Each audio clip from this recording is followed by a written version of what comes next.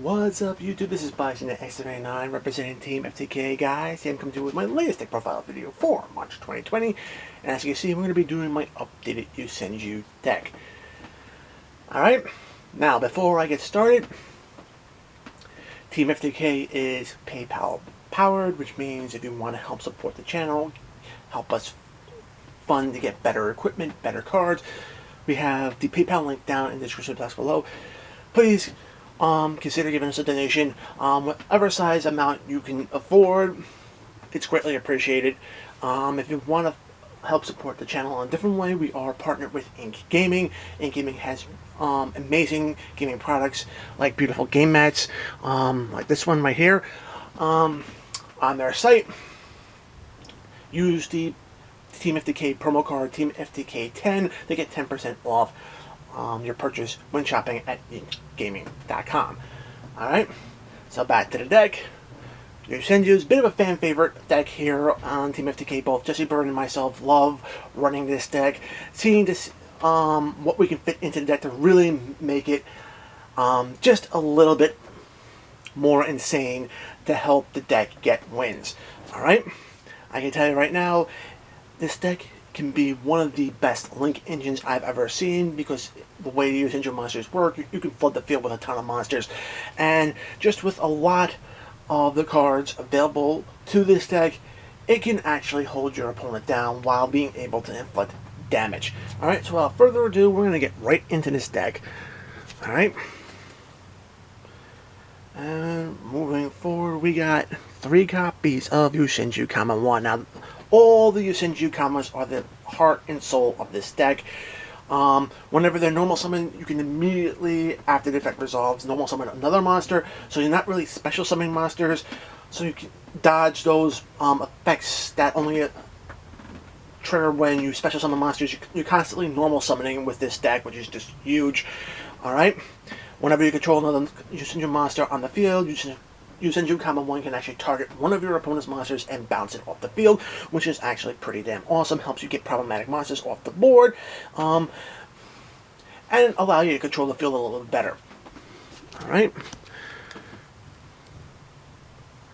3 copies of Yosenju Kama 2. Kama 2 can actually hop over your opponent's monsters and hit your opponent's life points directly. All damage is halved, but hey, Poke of 900 is a Poke of 900, and being able to get you that additional life point advantage, worth it. Alright, and sometimes bringing out the next guy, Kama 3, also helps out a lot, primarily because whenever one of your Yosenju monsters inflicts battle damage to your opponent, you're able to search your deck for another Yosenju card to add to your hand, which is just an amazing effect.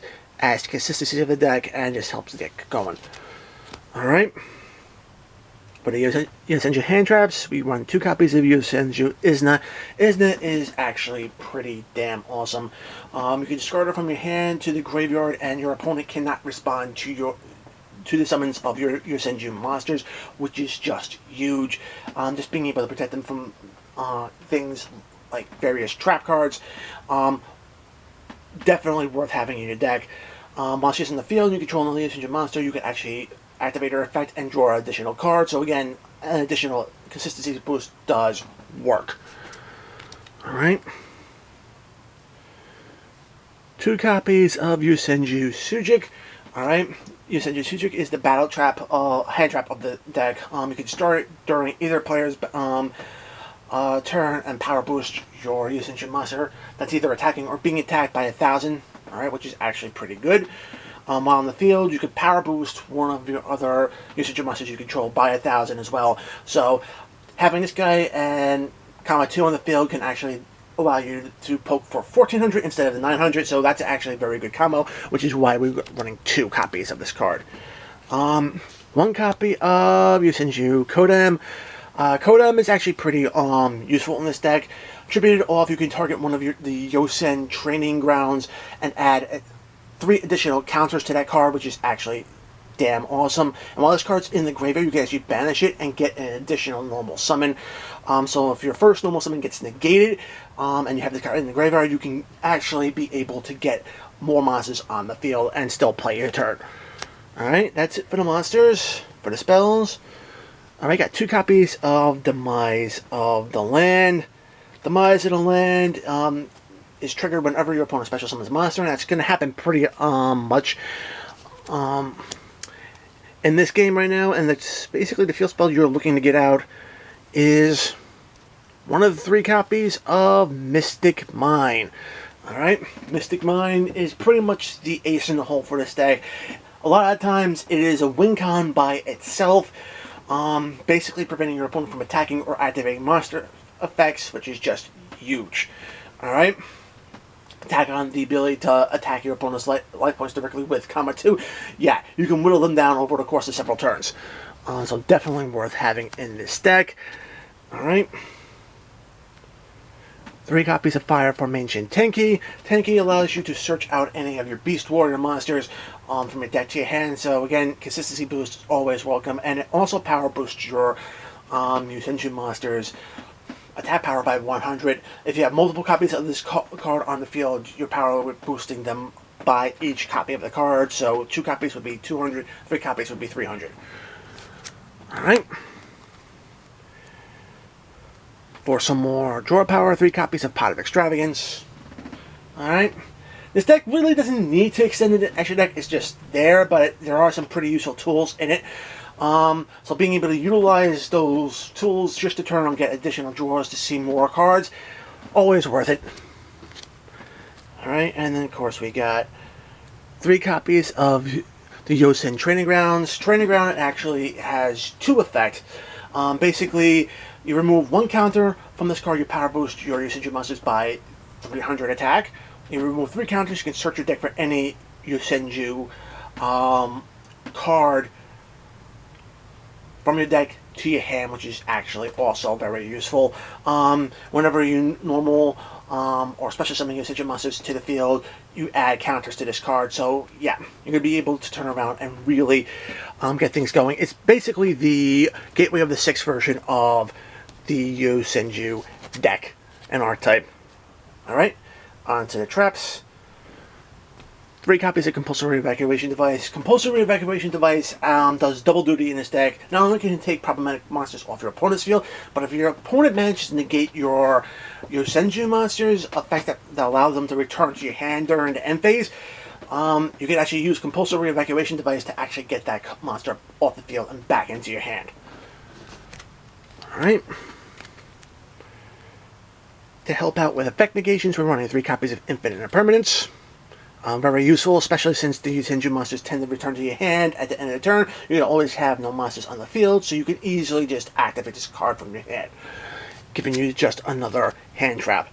Alright? 3 copies of Quaking Mirror Force. I mean, it just pairs insanely well with Mystic Mine. Trapping monsters on the field. Your opponent can't really do anything with them face down because Link monsters require face-up monsters. Same thing with Xyz, Synchros. So yeah, definitely being able to trap your opponent's monsters face down does help this deck out. Alright, and of course to help access any of your trap cards, 3 copies of Trap Trick. Alright, banish 1 copy, be able to set another copy. You're only allowed to activate the card you set by this card's effect, but still, it's worth it. Alright, just to be able to dig through your deck and get to your resources a lot faster. Alright, extra deck. 2 copies of the Firefighting Daruma Doll. Alright, Daruma Doll basically can target 1 spell and trap card on both sides of the field and pop it. So you can actually get rid of your Mystic Mine if you no longer need it. So you can go in and swing big for a win. Alright, it power boosts itself by 100 points for every single beast, Wing Beast or Beast Warrior card that you have in the field, which is huge because Yosenjus can flood the field pretty easily and you can power boost them pretty well. Alright, and this card is ever destroyed, sent to the graveyard by card effect of battle, you're getting a Beast Warrior card from your graveyard back to your hand. So, some recursion. Alright. I am running the Nightmare package in this deck. Alright. Phoenix goes after the back row. Cerberus goes after special summon monsters. Unicorn just spins anything back to the deck. All great toolbox cards. Should be in every extra deck. For Link 4, since this deck can really put monsters on the boards very easily, 1 copy of Saruja Scoldra just to fix your hands. And you can get an additional special summon with this. Not really utilizing it for that effect. It's more to fix your hand or to power boost, but still. Worth having in the extra deck. And of course, I'm also running the Boro Brothers, as I call them, Boro Sword for OTK and Boro Load for breaking boards. Alright, that's it for the links. I do run Xyz monsters because Yosenjus are primarily level 4, so you could do some rank 4 toolboxes. I am running the Utopia package. It's a bit of an extended version, but I like it this way, primarily because we do have Pot of Extravagance in it, so it reduces the chances of sending lightning to be banished, but still can swing big. This actually helped me win one of my duels in the YGO replay. Number 41, Babushka for stall, great card to have. We have Time to Redoer. Redoer is just an amazing card. Can bounce itself off the field. Can rip cards off the top of your opponent's deck and help you draw cards. So it's definitely something that worth having in any rank 4 toolbox. Abyss Dweller, because there are graveyard dependent decks still out there. And last but not least, I am running Stellar Knight Deltaros. Deltaros requires 3 level 4 monsters, but it's actually also a very awesome card. Basically because once this card hits the field, your opponent cannot respond to your normal or special summons. Alright, you detach a material and you get a free pop of any card off the field, which just helps this deck with the field presence control. And I can tell you right now, definitely worth having in the deck. Alright.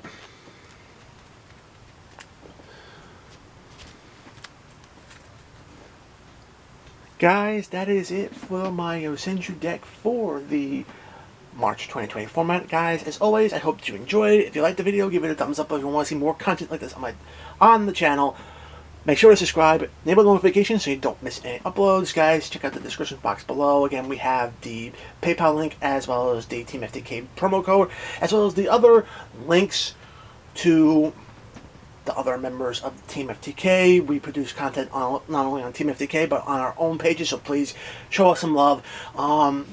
Use those links, come to our pages, subscribe to us as well. And like I said,